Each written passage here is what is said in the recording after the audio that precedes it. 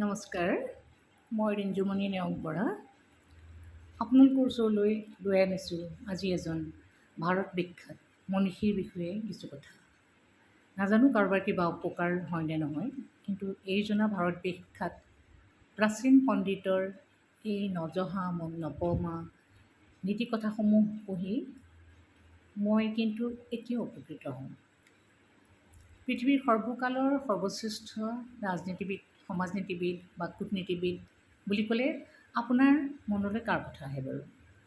মই কিন্তু একে আশাৰে ক'ম চাণক্য, যিজন আছিল এজন দাৰ্শনিক, অধ্যাপক, ৰাজনীতিবিদ, অৰ্থনীতিবিদ, কূটনীতিবিদ, সমাজনীতিবিদ, বিভিন্ন গুণেৰে তেওঁ অভিষিক্ত আছিল। যিজনৰ সপোন আছিল এখন অখণ্ড ভাৰত তৈয়াৰ কৰা। তেওঁ জন্মগত নাম আছিল বিষ্ণুগুপ্ত। চনকৰ পুতেক আছিল কাৰণেই, চনক ঋষিৰ পুত্ৰ আছিল কাৰণেই তেওঁক চাণক্য বুলি জনা যায়। কুটিল ৰাজনীতিক বিশাৰদ হোৱাৰ বাবে তেওঁক জনা যায় কৌটিল্য বুলি। চাণক্যই অৰ্থনৈতিক, ৰাজনৈতিক, যুদ্ধনীতি, প্ৰজা কল্যাণ, সমাজ কল্যাণ আদি বিষয়ে লিখা বৃহৎ গ্ৰন্থখনৰ নামেই হৈছে অৰ্থশাস্ত্ৰ, যাক আমি কৌটিল্যৰ অৰ্থশাস্ত্ৰ বুলি জানো।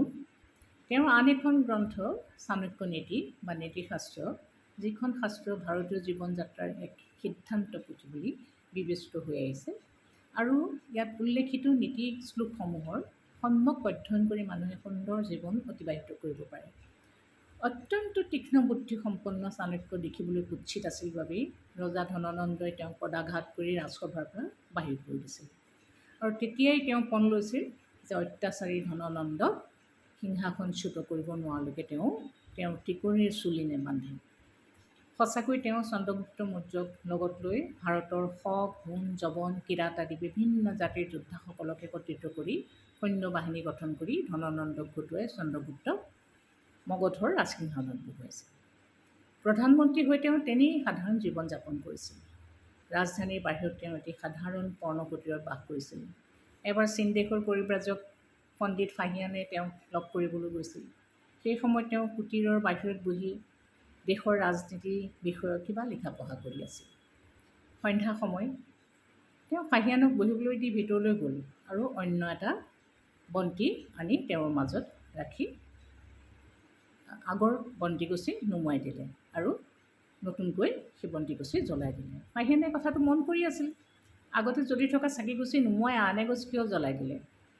তেতিয়া তেওঁ সুধিলে কথাটো। তেতিয়া তেওঁ ক'লে যে মোৰ ব্যক্তিগত কাৰণত কেতিয়াও ৰাজকোষৰ ধন অপব্যয় নকৰোঁ। যিহেতু আপুনি মোৰ অতিথি, গতিকে এতিয়া মই মোৰ ব্যক্তিগত চাকিগছ জ্বলাইছোঁ। চাণক্যৰ অনন্য ব্যক্তিত্বত ফাহিয়ান মোহিত হৈছিল।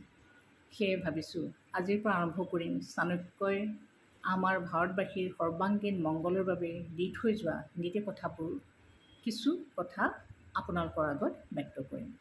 আপোনালোকৰ প্ৰেৰণাই মোক নিশ্চয় আনন্দিত কৰিব। ধন্যবাদ।